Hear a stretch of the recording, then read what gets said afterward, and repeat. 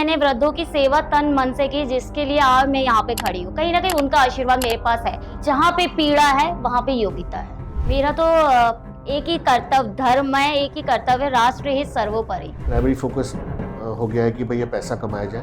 माँ बाप पे लोग ध्यान नहीं देते हैं, लोग वृद्धाश्रम छोड़ जाते हैं। कि वृद्धाश्रम में गिनती नहीं बढ़नी चाहिए।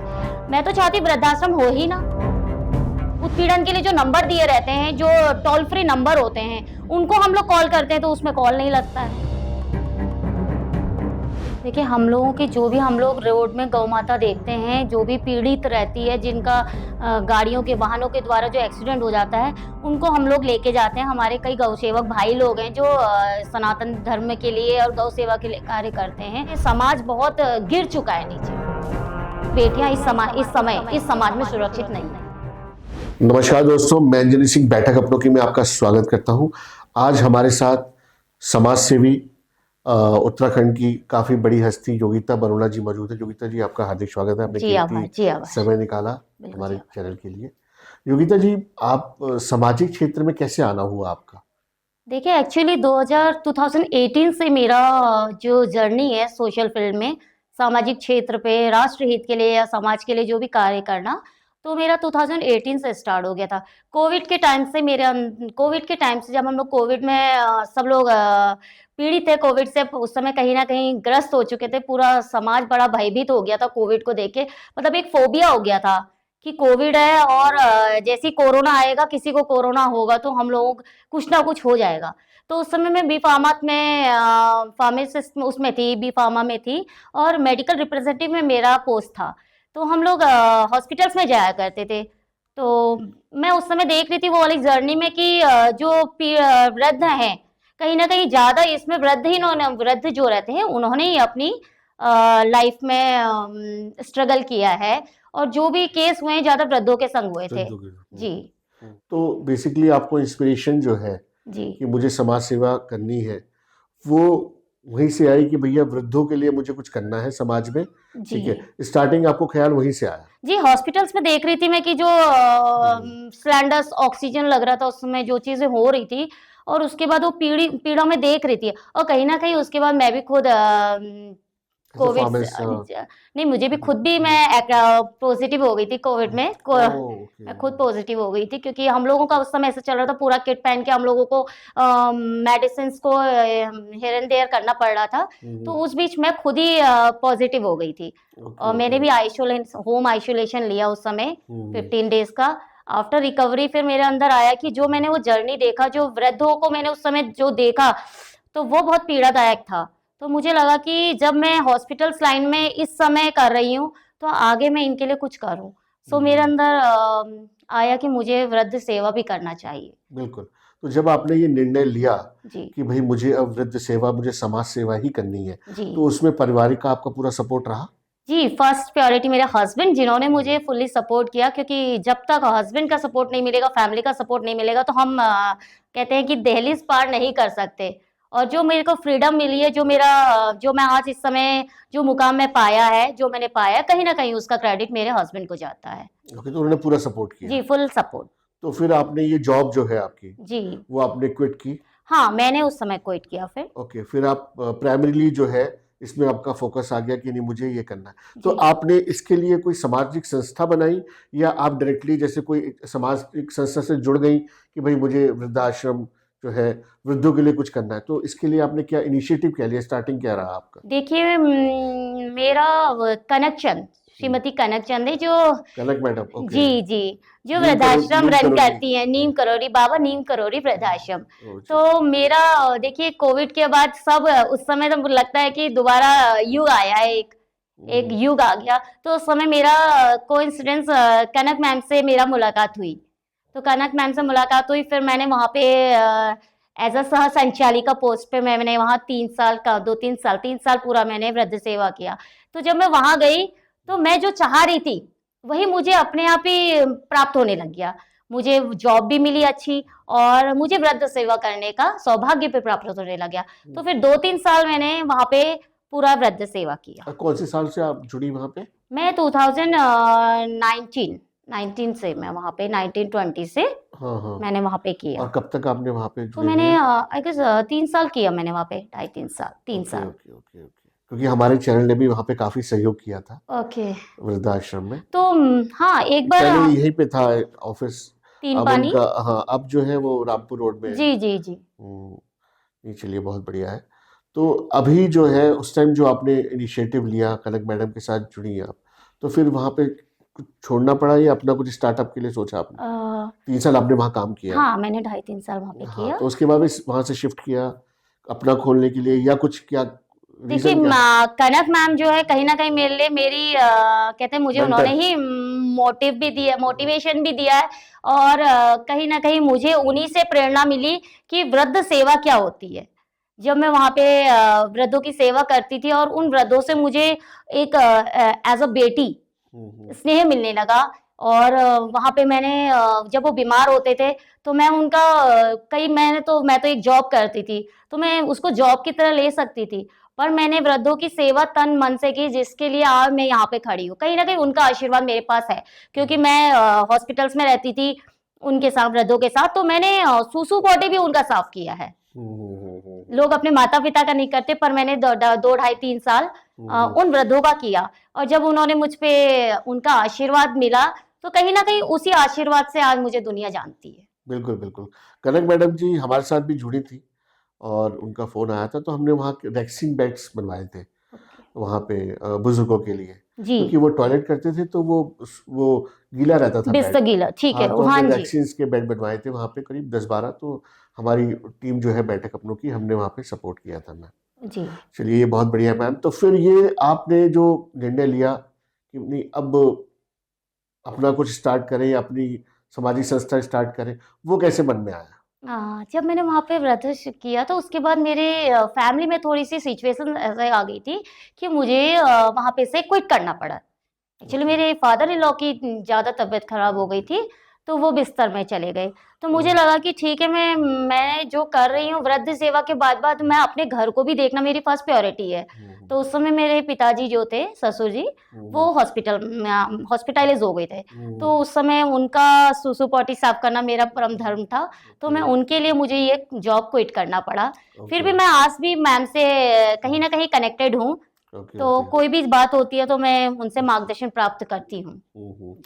तो अभी आपका जो मुख्य उद्देश्य है कि जो बुजुर्ग लोग हैं, जी, जो हमारे बच्चे हैं, जी, जो सक्षम नहीं हैं, जी, दिव्यांग लोग हैं, जी, बिल्कुल। गौ माता, जी, तो ये आप जो है इसको सडनली आपके फिर दिमाग में कैसे आया कि नहीं अभी मुझे फोकस जो है इसको बढ़ाना चाहिए, इसको एक्सप्लोर करना चाहिए, जी, कि मुझे एक दायरे में नहीं बनना है, मुझे वृद्धों के लिए नहीं, मुझे बच्चों के लिए भी कुछ करना है ताकि जी, उनको शिक्षा मिल सके, जी। ठीक है, दिव्यांगों के लिए करना है। तो वो कैसे मन में ख्याल आया? देखिए सर, हम अगर खुद एक पिक्चर बनाएँगे या किसी के थ्रू पिक्चर बनाएँगे, तो पिक्चर में डिस्टर्बेंस हो सकता है। अगर आप मुझे कहेंगे कि आप इसको इमेजिन करके एक पिक्चर बनाइए, तो वो आपकी थिंकिंग है, वो आपका माइंड है। तो उसको मैं लूँगी तो कहीं न कहीं मैं बहुत अच्छी पिक्चर नहीं बना पाऊँगी। बट हमारे अंदर खुद खुद कुछ चीज़ें क्रिएट हो रही हैं। बिल्कुल बिल्कुल। हमारे अंदर खुद क्रिएट हो रही है, तो वो इमेजिन करके मैं बहुत अच्छा बना सकती हूँ। तो मैंने खुद ही अपनी अंदर की आवाज़ सुन के ये सब किया, क्योंकि मेरे अंदर स्वयं ही और हमारे कहते हैं जेनेटिक हम्म। फैमिली में ही सेवा है। क्योंकि आप आर्मी फैमिली से बिलोंग जी, करती हैं, आपके फादर। मेरे फादर खुद एक हाँ। सैनिक रिटायर्ड हैं, तो हमारे अंदर जेनेटिक है, हमारे तो ब्लड में ही सेवा है। और एक चीज़ और है कि आपने बताया कि आप फादर जो है ट्रांसफरेबल जॉब था, तो आप भारत के हर एक कोने में आप रही हैं, जी, वहाँ का आपने कल्चर देखा है। बिल्कुल। हाँ, तो वो चीज़ आपके लिए बहुत सीखने लायक रही होगी। जी, बिल्कुल। जी, उस समय हम इतने बड़े तो नहीं थे क्योंकि हमारा स्टूडेंट ही लाइफ था उस समय, हाँ स्कूलिंग जी, लाइफ थी। हाँ जी, हाँ तो जी। जब मैं 7th-8th में थी, 7th-8th स्टैंडर्ड में, सो हम लोगों का हल्द्वानी उत्तराखंड में असम से ट्रांसफ़र हो गया था। पापा का आज रिटायरमेंट हो गया अच्छा, था। ओके, तो ओके, उसके बाद 7th-8th से हम लोगों की केंद्रीय विद्यालय हल्द्वानी में ओके। ही स्कूलिंग लाइफ और रही। आप जो है बिलोंग बेसिकली करते हैं अल्मोड़ा डोल जी, डोल आश्रम, आश्रम। हाँ, लमगढ़ा चाईखान। ओके, वहाँ से जी, आपको जी। जाना होता है जी, वहाँ मेडिसिन? हाँ, पहले तो बहुत ज़्यादा हुआ करता था, अब हुँ, आफ्टर मैरिज तो हुँ, ससुराल का है तो थोड़ा-सा कम हो जाता है, क्योंकि ससुराल मेरा हुँ, बांटोक साइड है, ओके। देवीधुरा साइड। अच्छा, देवीधुरा साइड है। जी जी। ओके ओके तो ओके। फिर थोड़ा कम हो जाता है, बट ऐसा है कि शादी से पहले बहुत ज्यादा था। अभी हम्म, भी जैसे समर वेकेशंस होते हैं बच्चों के, तो कभी कभी तो जाते वहाँ हैं। जाते हैं। जी तो अभी जो आपका प्राइमरी फोकस जो है, जो लोकेशन है जी। उत्तराखंड में, वो हल्द्वानी है, या हल्द्वानी के अलावा आप जैसे किच्छा, रुद्रपुर भी लेके चल रही है, रामनगर है, कालाडूंगी है, वहीं पे टारगेट कर रही है, या सिर्फ अभी हल्द्वानी में ही फोकस है कि नहीं, जो हल्द्वानी में बुजुर्ग लोग हैं उनको ही अभी देखना है, जो ड्रॉप आउट चिल्ड्रन है हमारे, जो अशिक्षित बच्चे हैं, उनको हल्द्वानी में ही फोकस करना है क्या? अभी दायरा बढ़ाया है ये लोकेशन अभी क्या? सर नहीं, हल्द्वानी नहीं, जहाँ पे पीड़ा है वहां पे योग्यता है। अच्छा। जहाँ पे पीड़ा है वहां पे योग्यता है। हम्म जहाँ पे जरूरत है वहां पे योग्यता है। हम्म जहाँ पे सेवा है वहां पे योग्यता है। तो ओके। योग्यता ओनली हल्द्वानी नहीं देखना चाहती है। मुझे हम्म लगता है कि जहाँ पे हमारी जरूरत है, हम्म। मेरा तो एक ही कर्तव्य, धर्म है, एक ही कर्तव्य, राष्ट्र हित सर्वोपरि। बिल्कुल तो बिल्कुल। मैं पूरे राष्ट्र में, जितना मुझसे लोग कहते हैं कि हमें उत्तराखंड देखना है, मैं कहती हूँ मुझे पूरा देश देखना है। और वो कहीं पे भी मुझे लगता है कि जहाँ पे मुझे जरूरत पड़ेगी तो मैं वहां पे जाऊंगी। बिल्कुल। ऐसा कोई इंसिडेंस योगिता जी आपके मन में जो झकझोर गया हो कि वृद्धा, देखिए आजकल के क्या वो हो गया है कि लोग पैसा कमाते हैं, जी प्राइमरी फोकस हो गया है कि भैया पैसा कमाया जाए, माँ बाप पे लोग ध्यान नहीं देते हैं, लोग वृद्धाश्रम छोड़ जाते हैं। ऐसा कोई इंसिडेंस, या आप किसी बच्चे का ऐसा इंसिडेंट जो आपको झकझोर गया हो अंदर से कि नहीं, ये तो बड़ी दयनीय स्थिति है? जी। कई बार मैंने ऐसा देखा है जहाँ पे अब वैसे वृद्धाश्रम कहीं ना कहीं व्यापार का एक स्रोत बन गया है। ओके। तो लोग, मुझे लगता है कि स्वयं की दिन भूल जाते हैं। जब उनके माता पिता ने उनका हम्म डायपर चेंज किया, उनका सूसू हम्म पॉटी साफ किया, तब उन लोगों को नहीं याद है कि मेरे माता पिता ने भी तो वो चीज की है। पर जब बच्चों पे आती है, और बच्चे हमारे हमारे जो माता पिता होते हैं, अगर उनका सूसू पॉटी साफ करने का बात आती है, तो क्या होती है, युवा को कहीं ना कहीं घृणा आती है। और वो क्या करते हैं, इससे बचने के लिए अपनी कमाई का, हमारे पास पैसा है, ये है, पैसे के उससे वो लोग वृद्धाश्रम में छोड़ते हैं। तो मुझे लगता है ये बहुत गलत है। बहुत गलत है। बहुत गलत है, तो मैं इसके खिलाफ रहती हूँ। मैं हम्म। कई जगह, जब भी मेरे को कहीं पे ओपनिंग में या वृद्धाश्रम की ओपनिंगों में बुलाया जाता है, तो अभी तो मेरा यही मकसद रहता है, मैं लोगों से यही कहती हूँ, वृद्धाश्रम हो, पर उनके लिए हो जिनको जरूरत है। और हम्म। जिनके लिए नहीं है, उनको वहां पे ना रखा जाए। अगर जिनके बच्चे हैं और जिनका सब कुछ है, जिन्होंने आज तक अपनी जिंदगी दे दी, अगर उनके पास सबको, उनको नहीं देना चाहिए वृद्धाश्रम में जगह।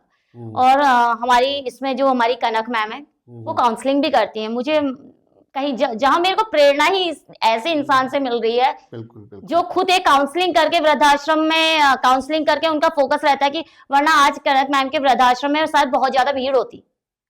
मैडम भी काउंसलिंग करती हैं, और मैडम का भी मकसद रहता है कि वृद्धाश्रम में गिनती ना बढ़े। ना और बढ़े। मेरा भी मेन यही रहता है कि वृद्धाश्रम में गिनती नहीं बढ़नी चाहिए। हम्म, मैं तो चाहती वृद्धाश्रम हो ही ना। हो ही ना।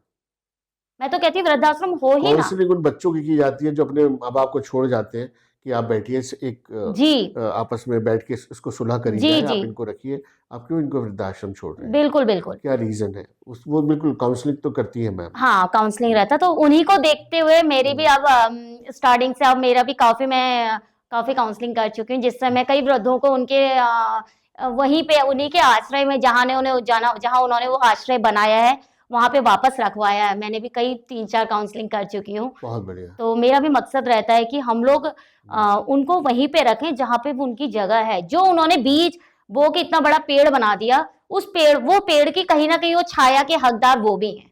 बिल्कुल बिल्कुल मैम, बिल्कुल। मैम अभी आप जो है वुमेन एम्पावरमेंट में भी काम कर रही हैं, आप बोल रही हैं कि लड़कियों की शिक्षा जो है उनको जी भी प्रॉपर मिलनी चाहिए।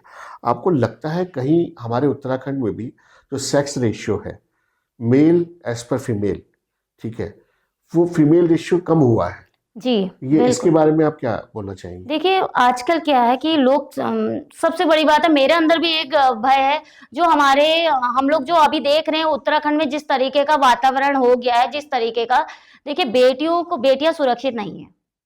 बिल्कुल सही बात। बेटियां हर आए दिन हर एक बेटी, एक नहीं, शायद कितनी बेटियां शोषण का शिकार हो रही हैं। तो कहीं ना कहीं माता पिता भी ना, जब बच्चे होते हैं, तो एक डर होता है कि यार हमारे घर में हमारी बेटी सुरक्षित है। तो कहीं ना कहीं इसका रीजन, जो बेटियों के जो ग्राफ है वो कम होने का, यही कारण भी है कि बेटियों को लोग अब सही बता रही हूँ, पैदा करने में भी डरते हैं। कि यार हमारी बेटी आने वाले समय में सुरक्षित हो पाएगी। मैं देख रही हूँ जहाँ पे 2-2 3-3 बच्चे लड़के होते हैं, वो कहते हैं यार अच्छा हमारे पास बच्चे लड़के हैं, क्योंकि बेटियां इस समाज में सुरक्षित नहीं है। आपको लगता है कहीं ना कहीं हमारी सरकार, हमारी व्यवस्था, कानून व्यवस्था जिम्मेदार है इसके लिए? बिल्कुल। देखिए सरकार द्वारा एक बहुत ही सामाजिक और सांस्कृतिक एक मुहावरा है, बेटी बचाओ बेटी पढ़ाओ। बिल्कुल सही बात। क्या बेटी बचाओ और बेटी पढ़ाओ में सरकार द्वारा कार्य किए जा रहे हैं? मुझे तो नहीं लगता है किए जा रहे हैं। सर नहीं है, क्योंकि नहीं नहीं किए जा देखिए मैं तो कह रही हूँ कि हमारे समाज में हमें एक बहुत ही लोकप्रिय और एक सांस्कृतिक मुहावरा था जो बेटी बचाओ बेटी पढ़ाओ। पर मुझे लगता है कि बेटी को ना बचाया जा रहा ना पढ़ाया जा रहा है, ये ना पैदा किया जा रहा है। ना पैदा किया जा रहा है। इसीलिए जो रेशियो है वो कहीं ना कहीं बेटियों का कम होते जा रहा है, बिल्कुल बिल्कुल बिल्कुल। क्योंकि बेटियां शिक्षा गांव में तो देखिए, गांव में तो बेटियों को मुझे अभी भी वहां मैंने देखा है कि बेटियों को शिक्षा, कहीं ना कहीं बेटियां शिक्षा से वंचित हैं। वंचित है। और दूसरी जगह मैम ये भी देखा गया कि लड़कियां सेफ नहीं है नहीं हमारे है। उत्तराखंड में। बिल्कुल थोड़ी कानून व्यवस्था थोड़ी सी स्ट्रिक्ट हो, सरकार थोड़ी सी स्ट्रिक्ट हो। बिल्कुल जैसे जॉब करने जाती है बेटी हमारी, सुबह जाती है, शाम को जब वो वापस आती है तो एक डर लगा रहता है माँ बाप के बिल्कुल भी सर, कि बेटी आज लेट हो गया थोड़ा सा, या टाइम से आएगी कि नहीं बिल्कुल आएगी। बिल्कुल ठीक है, अगर थोड़ी सी लेट हो जाती है तो फिर घबराहट हो जाती है, बिल्कुल फिर फोन आने शुरू हो जाते हैं, बेटा कहाँ हो, बिल्कुल किधर फंस गए। तो बिल्कुल। ये भी एक माँ बाप के मन में डर, वो डर कैसे हटे मैम, ये बताइए आप। सर देखिए, जब तक सरकार द्वारा कोई ठोस निर्णय नहीं लिए जाएंगे, जब तक ठोस कदम नहीं उठाए जाएंगे, जहां पे हम लोगों को आश्वासन, मैं खुद एक मदर हूं, तो जब तक हम लोगों को आश्वासन नहीं दिया जाएगा, हमारे अंदर एक ये सुरक्षा का होप नहीं रहेगा कि यार हमारी बेटियां सुरक्षित हैं, तब तक तो हम लोग कैसे समझेंगे कि बेटियां सुरक्षित हैं। मैं खुद देख रही हूँ और मैं खुद सोच रही हूँ, बच्चे बेटियां तो सर विद्यालय में सुरक्षित नहीं है। रैगिंग का मामला देखिए, सही बात मैंने है। अभी हिमाचल की पल्लवी बेटी जो धर्मशाला विश्वविद्यालय की थी, उसकी रैगिंग के लिए मैंने अभी एक कार्य किया।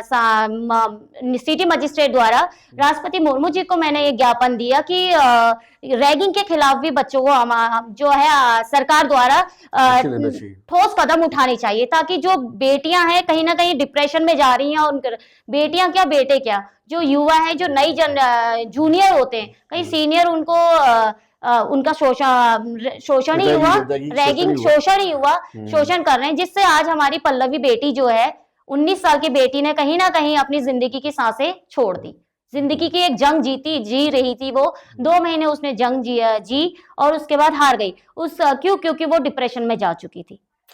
तो मुझे लगता है कि हमारी सरकार के द्वारा कोई ऐसी बेटियों के लिए कोई कार्य नहीं किया जा रहा, जिससे कि रेशियो बेटियों का बढ़े, या फिर ये जो शोषण है ये बढ़े। एक अवेयरनेस प्रोग्राम भी नहीं है। नहीं है, बिल्कुल नहीं है सर। आपको लगता है कि हमें एक वुमेन सेल बनाना चाहिए सरकार ने, कि जहाँ पे हमारी बेटियों जो है कुछ कंप्लेंट्स हो, जो रजिस्टर्ड हो सके, जिसपे एक्शन ले सके कोई, ठीक है, ऐसे एक वुमेन सेल भी होना चाहिए। सर वुमेन सेल हैं, बट उनमें कार्य नहीं है। कार्य नहीं है, ओके। वुमेन सेल हैं, देखिए कोतवाली में भी वुमेन सेल्स हैं, चौकी हर जगह हैं, क्योंकि वो तो एक्टिव नहीं है। क्योंकि क्या होता है, और जो गवर्नमेंट द्वारा, सरकार द्वारा हमें महिला उत्पीड़न के लिए जो नंबर दिए रहते हैं, जो टोल फ्री नंबर होते हैं, उनको हम लोग कॉल करते हैं तो उसमें कॉल नहीं लगता है।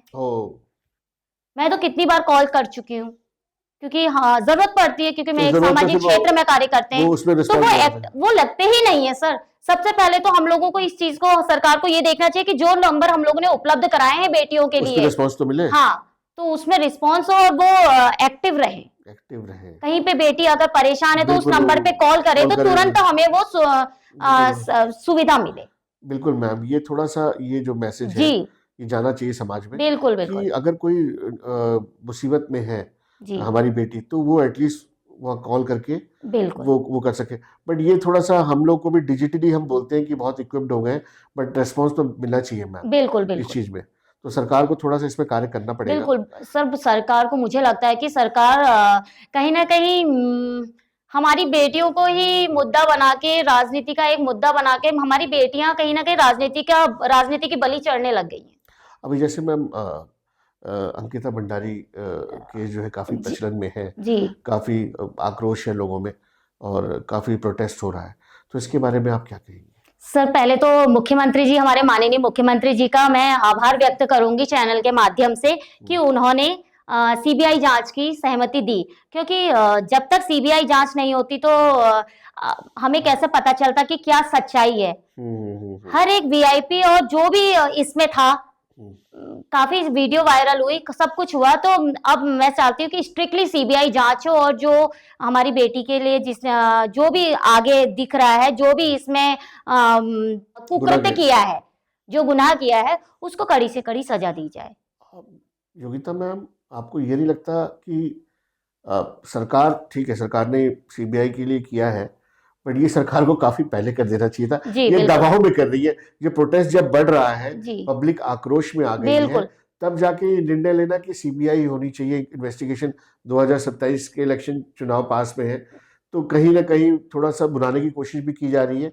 ये तो मैम सीबीआई इन्वेस्टिगेशन तो पहले हो जानी चाहिए। बिल्कुल, मेरे को तो ऐसा लगता है कि अगर कोई भी बेटी का मुद्दा आता है तो एक हमारे बेटियों के लिए एक शासन, एक कानून बन जाना चाहिए। अगर बेटियों के संग कुछ भी शोषण हो रहा है या कुछ भी हो रहा है तो सीधे सीबीआई जांच, यही एक कानून बन जाए। बिल्कुल, तो इस तरीके से हम लोग रोडों में नहीं आएंगे। हम आए दिन जो महिलाएं रोड में आ रही हैं, तो मैम ये कृत्य होने ही नहीं चाहिए। बिल्कुल। और ये कृत्य ना होने के लिए सरकार को एक बहुत प्रिवेंटिव मेजर्स लेने चाहिए। बिल्कुल। एक सेफ्टी मेजर्स लेने चाहिए वुमेन्स के लिए, ताकि ये कार्य ऐसे घृणित कार्य हो ही ना समाज। बिल्कुल, ठीक है ना मैम। और अगर ऐसा कुछ होता भी है तो उसके लिए सीबीआई जांच के लिए डायरेक्टली।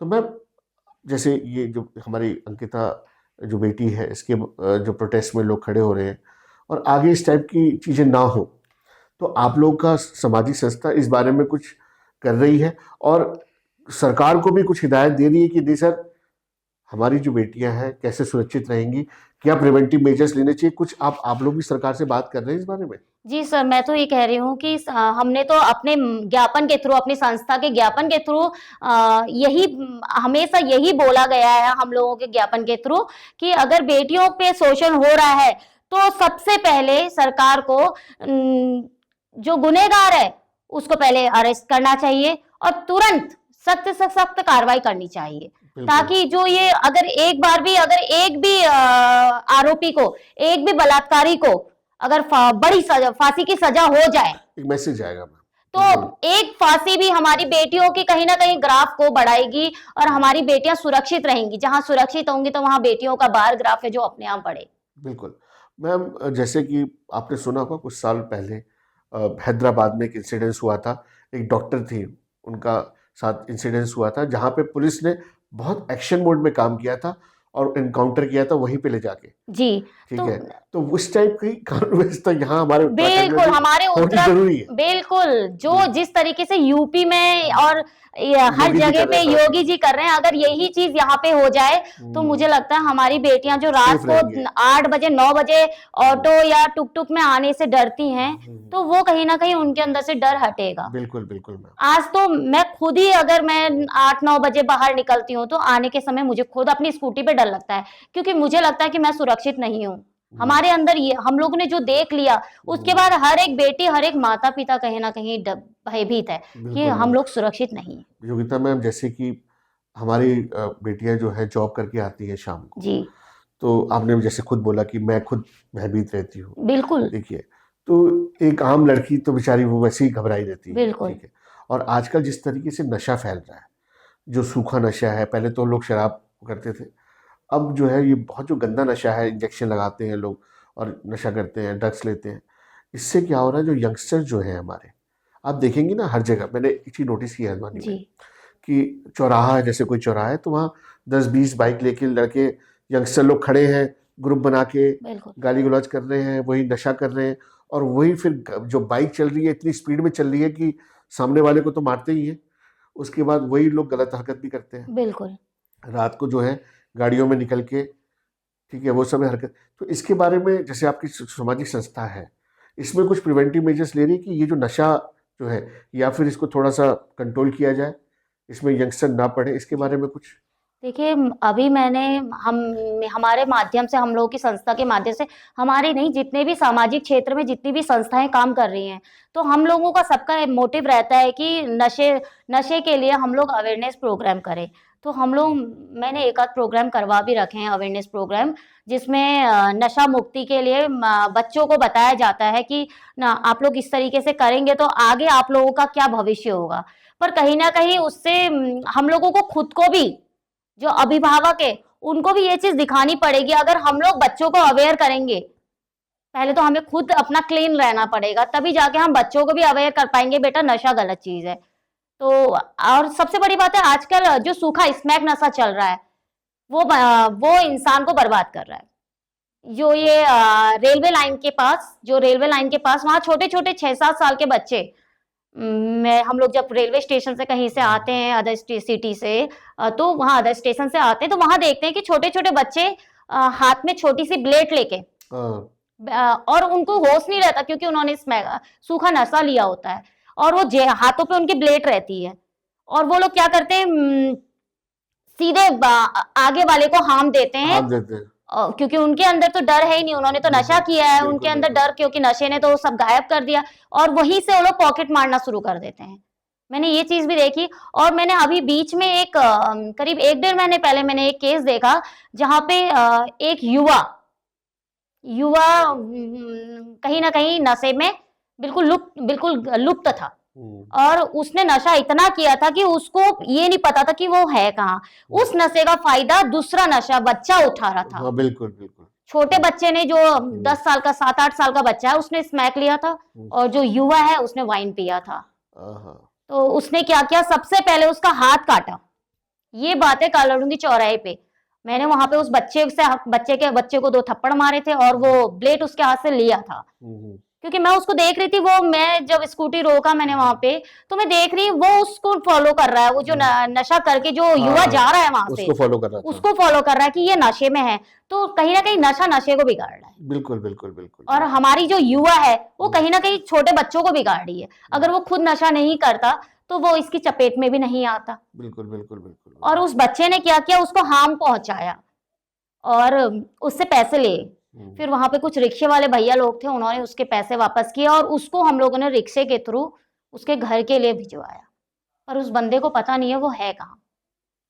मैम यही चीजें हैं थोड़ा सा, जो मैं कहती हूँ कि सरकार को भी नशे के खिलाफ, पंजाब है, पंजाब उड़ता पंजाब लोग बोलते थे, हाँ, ठीक है, अभी ये सेम चीज हमारा नशा जो है उत्तराखंड में हावी हो गया है। यंगस्टर्स में स्कूल की लड़कियां ले रही हैं, स्कूल के बच्चे ले रहे हैं, आप देखेंगे तो इसको तो रोकना बहुत जरूरी है। सरकार को इस पे मैम, तो इस पे आप लोग भी थोड़ा सा सरकार को थोड़ा सा प्रेशर डालिए कि आपकी सामाजिक संस्था भी कि ये इसको कंट्रोल किया जाए। मैम देखिए, संस्था, मेरे को लगता है कि नशे के खिलाफ ना कुछ कानून बनने चाहिए। अगर जो भी हाईवे में नशा करता हुआ दिखता है, सबसे पहले तो वाइन शॉप तो मैम ये सरकार की इनकम बढ़ा रही है, जीडीपी बढ़ा रही है, इसी से सब आपको कोरोना ही पता होगा कि सब चीज बंद थी, वाइन शॉप चल रही, शराब की दुकानें खोली, तो सरकार को तो इनकम आती है वहां से। बिल्कुल, एटलीस्ट वो ना बंद करे तो ये जो सूखा नशा तो मुझे लगता है कि जो सूखा नशा है इसी के खिलाफ कुछ ये नशा हल्द्वानी उत्तराखंड में आ कहाँ से रहा, तो हमें वो चीज पता करनी पड़ेगी ना, नशा आ कहाँ से रहा है।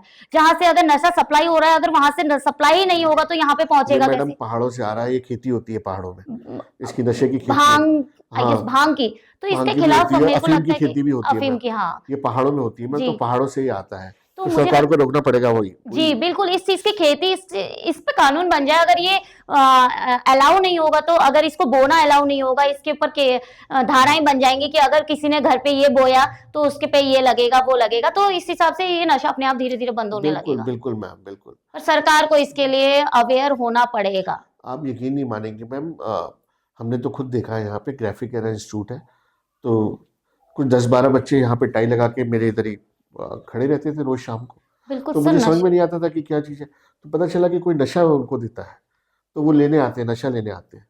तो अब देखिए यंगस्टर जो हमारे जो भविष्य है देश का, वो लोग ये चीज गलत राह में चल रहे हैं, तो कैसे हमारा देश चलेगा, कैसे आगे बढ़ेगा? तो सरकार को इस पे तो निर्णय लेना ही चाहिए कि नशा जो है, कानून लाना चाहिए, जो आपने बोला, बहुत स्ट्रिक्ट कानून लाना चाहिए, तभी कुछ होगा। अगर कहीं भी सूखा नशा दिखता है या कहीं कोई कह रहे हैं कि इसको बोया जाता है, कहते हैं पहाड़ों में हुआ है, तो अगर ये इसके एक कानून बन जाएगा कि इसको इसकी खेती ना हो, इसको ना हाँ, पैदा किया ये जाए, बैन हो जाएगा ना। बैन हो तो जाएगा। अगर बैन हो जाएगा तो फिर सूखा नशा तो खुद में खुद धीरे धीरे खत्म हो जाएगा ना। बिल्कुल लोग बिल्कुल। डर के मारे बोएंगे ही नहीं, उनको पता चल जाएगा कि हाँ ये एक गैर कानूनी चीजें हैं जो अब हम अलाउ नहीं है। बिल्कुल तो बिल्कुल। फिर वो चीज धीरे धीरे खुद ही बिल्कुल। बंद लग। पर सरकार को इसके लिए कड़े निर्णय लेने पड़ेंगे। लेने पड़े। नशा मुक्ति देश बनाने के लिए या नशा मुक्ति समाज बनाने के लिए सबसे पहले तो सरकार अहम भूमिका निभाएगी भूमिका इसमें। निभाए इसमें। मैम आप जो है गौ जो है जी गौ माता के क्षेत्र में भी काफ़ी कार्य कर रही है। तो इतने जो एक्सीडेंट हो रहे हैं, ठीक है, और जो बहुत सारे लोग ऐसे भी हैं जो गाय का दूध निकाल लेते हैं सुबह और दिन भर गाय को चरने के लिए छोड़ देते हैं बाहर, जी ठीक है, बेचारी गाय सड़कों में और फिर शाम को फिर लाके फिर ये बड़ा गलत है, ये चीज़ है। तो इसके बारे में आप क्या बोलेंगे कि किस तरीके से इसको प्रिवेंट किया जाए? कहीं ना कहीं जो हमारी गौ माता के संग जो गौ माता पीड़ा सह रही है, उसका कहीं ना कहीं जिम्मेदार ये समाज है। ये जो लालची समाज है, जो अपने व्यापार के लिए, दूध के लिए, चारे के लिए, खेती के लिए हमारी गौ माता को, हमारे नंदी को अपने पास रखता है। फिर जब उसका इस्तेमाल बंद हो जाता है, जैसे वो दूध देना बंद कर देती है, तो कहीं ना कहीं उसे रोड में छोड़ दिया जाता है। तो उससे क्या होते हैं कि कहीं ना कहीं वो लालची ने तो अपना फायदा लिया और छोड़ दिया।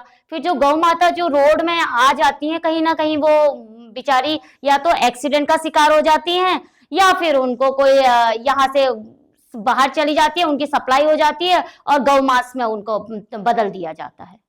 तो मैं चाहती हूँ कि हमारी सबसे पहले तो गौ माता जो रख रहा है, जो लालची व्यापारी जो गौ माता की लालच के में दूध और दही के चक्कर में अब गौ माता को रखता है, उसके बाद छोड़ता है, उन पे भी कानून बनना चाहिए। बिल्कुल बनना चाहिए, बिल्कुल बनना जब आप रजिस्टर्ड होनी चाहिए, जितनी भी गौ माता हैं, जो जिस अपने घर में गौ माता रख रहा है उनका रजिस्ट्रेशन होना चाहिए। और रजिस्ट्रेशन होता है फिर भी ये लोग करते हैं। कई लोग कहते हैं समाज बहुत गिर चुका है नीचे, वो अपना इतना गिर चुका है कि वो उसके पास खुद वो अपना सोचता है बस।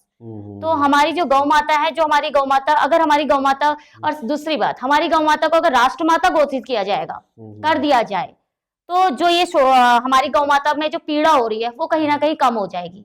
क्योंकि लोग कहेंगे अरे जैसे राष्ट्र पशु है, राष्ट्र पक्षी है, राष्ट्र पुष्प है, इसमें कुछ भी करने से पहले इंसान 10 बार सोचता है। बिल्कुल बिल्कुल। क्योंकि उसमें उसके लिए कानून बने, उसके लिए कानून दायरे बने। हैं और उसको कोई नुकसान नहीं पहुंचा सकता। पर हमारी गौ माता किस लिए पीड़ा में है? क्योंकि उनके लिए कोई कानून ही नहीं है। बिल्कुल बिल्कुल। गौ माता जो रक्षा जो है, ये तो खैर होना चाहिए। आप बोल रही है प्रिवेंटिव जो है कानून जो है होना चाहिए। तो आपकी संस्था इस बारे में कुछ कर रही?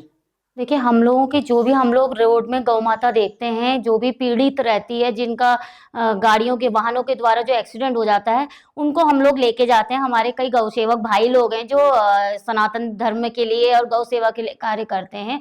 वो लोग इनका उपचार करते हैं और उपचार के बाद इन्हें या तो नगर निगम में रखा जाता है, नगर निगम के गौशाला में रखा जाता है, या फिर हमारे जोगेंद्र राणा भाई हैं, अच्छा, वो अपनी गौशाला में इनको रखते हैं। उनकी गौशाला है जी, जो बिल्कुल रजिस्टर्ड नहीं है, वो बस एक उनका वो सच्चे गौ सेवक हैं, तो वो इसका कार्य करते हैं। और जो भी गौ माता रोड में पीड़ित रहती है, जिनका एक्सीडेंट हो जाता है, वो वहां पे अपने ही बल पे, अपने ही सेवा से, अपने ही धन से उनका उपचार करते हैं और उनकी रिकवरी करके अपने पास रखते हैं। ओके। तो सरकार में इसमें कोई मदद नहीं करती है कि जैसे कि अगर आप किसी गौ को संरक्षण कर रहे हैं, उसकी सेवा कर रहे हैं, तो अगर सरकार से कुछ मदद मांगी जाए तो थोड़ी मदद आती है सरकार से देखिए, सामाजिक संस्थाओं के लिए? अभी तक तो हम लोग तो गौ माता का व्यापार नहीं समझते, इसलिए हमारे जितने भी गौ सेवक भाई हैं वो निष्ठा मतलब अपने मन से ही, अपने शांति से ही गौ सेवा करते हैं। तो हम लोग किसी सरकार, हमारा गवर्नमेंट से कोई ऐसा कुछ कनेक्शन नहीं रहता कि गौ माता के लिए, क्योंकि हमारी माँ है। क्या हम अपनी माँ को पालने के लिए पैसा लेते हैं? तो हम अपनी गौ माँ को पालने के लिए कैसे पैसा ले सकते हैं? सही बात बोली आप, बिल्कुल सही बात बोली। अच्छा, मुझे ये बताइए योगिता मैम कि आने वाले कुछ सालों में योगिता जी अपने आप को कहाँ देखती हैं? एक समाज सेवी देखती हैं, या एक पॉलिटिशियन देखती हैं, या एक बिजनेस वुमेन देखती हैं? क्या आपके मतलब आगे फ्यूचर प्लान्स क्या है? मेरा ओनली सामाजिक क्षेत्र ही कार्य रहेगा। पॉलिटिक्स से मैं कोसों दूर रहना चाहती हूँ। पॉलिटिक्स से मेरा कहीं वास्ता नहीं है। और मैं तो खुद कहती हूँ कि हम लोगों को राजनीति का कोई भी मुद्दा ना बनाया जाए। बिल्कुल, बिल्कुल, हम बिल्कुल। लोग और ना ही मुझे कोई बिजनेस करना है। मैं हुँ, चाहती हूँ कि जितना रहूं अपने परिवार के साथ और जितना मुझसे हो सकता है अपने परिवार के साथ साथ जो भी मुझसे सेवा बनती है, जो भी मैं सामाजिक क्षेत्र में राष्ट्र हित में कोई कार्य कर सकूं, तो मेरे लिए बहुत सौभाग्य होगा। बिल्कुल। और योगिता जी, आपको जैसे आप वृद्धा आश्रम में भी कार्य कर रही हैं, यंगस्टर्स के लिए भी काम कर रही हैं, हमारी बेटियों के लिए भी कार्य कर रही हैं, उनकी शिक्षा के लिए कार्य कर रही हैं, वुमेन एम्पावरमेंट के लिए भी कार्य कर रही हैं, गाय, पशुओं के लिए भी कार्य कर रही हैं। तो आपको सबसे ज़्यादा मन में संतुष्टि कहाँ पे मिलती है कि नहीं, ये चीज़ मेरा फ़ेवरेट है, ये मुझे आगे और करते रहना चाहिए? ये तो आपका डाइवर्सिफ़ाई फ़ील्ड है, जी। ये तो आप सब कर ही रही हैं, मगर फिर मन को शांति सबसे ज़्यादा कहाँ मिलती है कि नहीं? मन में सबसे ज्यादा शांति मुझे अपनी गौ माँ की सेवा करने के लिए और अपने वृद्धजनों की सेवा करने से वहाँ मिलती पे है। ज़्यादा शांति जी। मिलती है। तो कभी भविष्य में प्रभु ने चाहा तो मैं चाहती हूँ कि मैं कुछ ऐसे 4 या 5 बुजुर्ग ऐसे पालूं हुँ, जो मैं खुद ही अपने बल पे उनको पाल सकूं हुँ, हुँ। और उनकी संरक्षण दें सेवा कर उनको, सकूं। सेवा कर सकें, हाँ। अपने ही ये पहले मैं ये नहीं सोचूं कि मेरे पास आएगा तब मैं पालूंगी। मैं इतना सक्षम हो जाऊं कि बिल्कुल, मैं बिल्कुल। उनको खुद पाल सकूं। हुँ, हुँ, तो हुँ, आगे भविष्य में मैं सोचती हूँ कि हुँ। एक ऐसा आश्रय खोलूंगी जहाँ पे मैं दिल से सेवा कर सकूं। हम चाहेंगे कि आप इस तरीके से ही लोगों की सेवा करते रहें और समाज में अच्छी चीज़ें जी। आप कन्वे करते रहें, ठीक है? और आपका सोशल मैसेज भी सरकार को भी जाए। जी, बिल्कुल। बिल्कुल, आपने कीमती समय हमारे स्टूडियो में आई हैं, आपने कीमती समय हमारे जी, चैनल के लिए आभार। निकाला। मैं इसके लिए हार्दिक धन्यवाद करता हूँ। धन्यवाद सर। और मुझे हुँ, वो बहुत सौभाग्य मिला कि मुझे आप लोगों ने यहाँ पे पॉडकास्ट में बुलाया और हुँ। धन्यवाद करती हूँ। धन्यवाद मैम। तो ये आपने देखा योगिता बलूना जी को, जो हमारी उत्तराखंड की बेटी हैं, जो सामाजिक सेवा कर रही हैं, हमारे उत्तराखंड का नाम रोशन कर रही हैं। अगले हफ्ते नए चेहरे के साथ मिलते हैं हमारे चैनल बैठक अपनों की में। देखते रहिए, लाइक करिए, सब्सक्राइब करिए हमारा चैनल। धन्यवाद।